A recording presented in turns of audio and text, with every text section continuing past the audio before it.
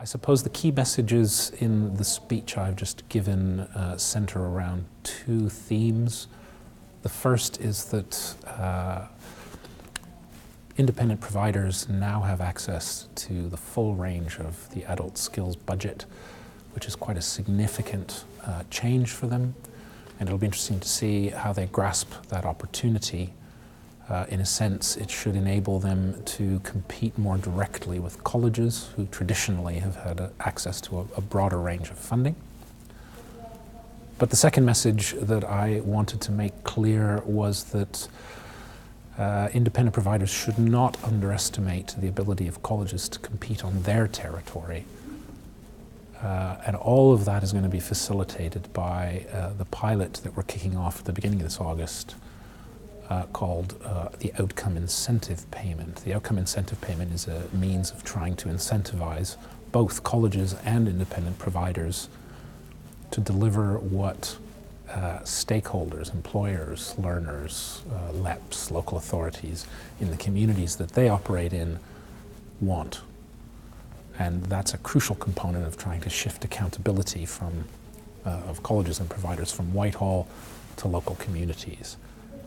And it will apply to independent providers as well. So whereas colleges have traditionally been the organizations that do training but have a wider community mission, in future all training organizations and colleges as well will have that mission. So colleges need to behave a bit more like independent providers in that they will be required and incentivized through the funding to get people into work or get people on in work. That's kind of traditionally been the territory of independent providers. Equally, independent providers are going to be incentivized through the funding system to deliver the type of provision that their communities want.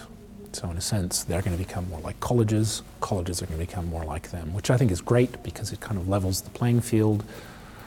And the final message that I gave, I extracted from my boss, John Hayes' speech last week, where he said he wants greater variety and innovation and federation and collaboration across the whole sector.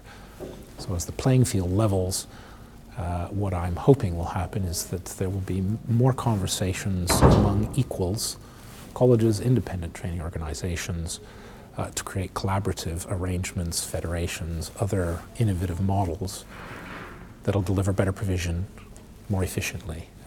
And that's quite important given the sort of fiscal challenges we all have.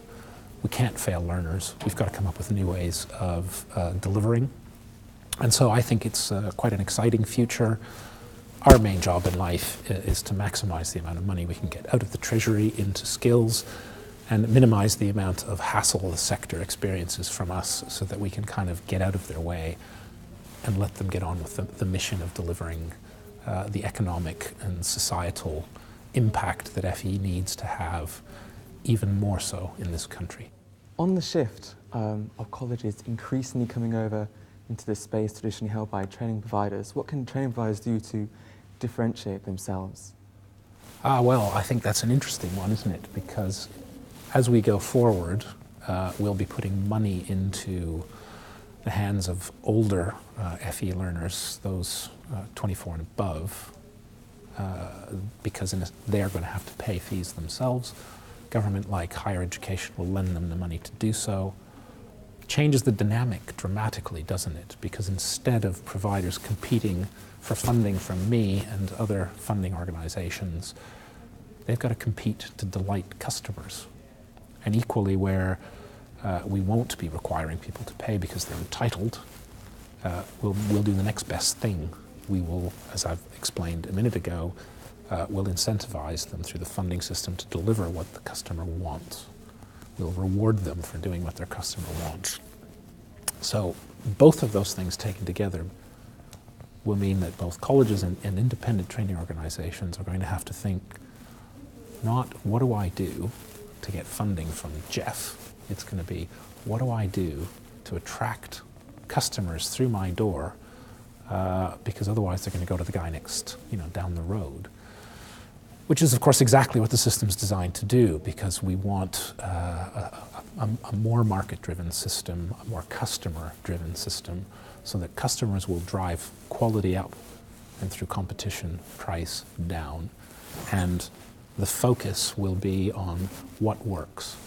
What are the skills that a learner needs to get into work or to get on in work? Not what do I need to do to get this person a qualification, which is the system we used to fund.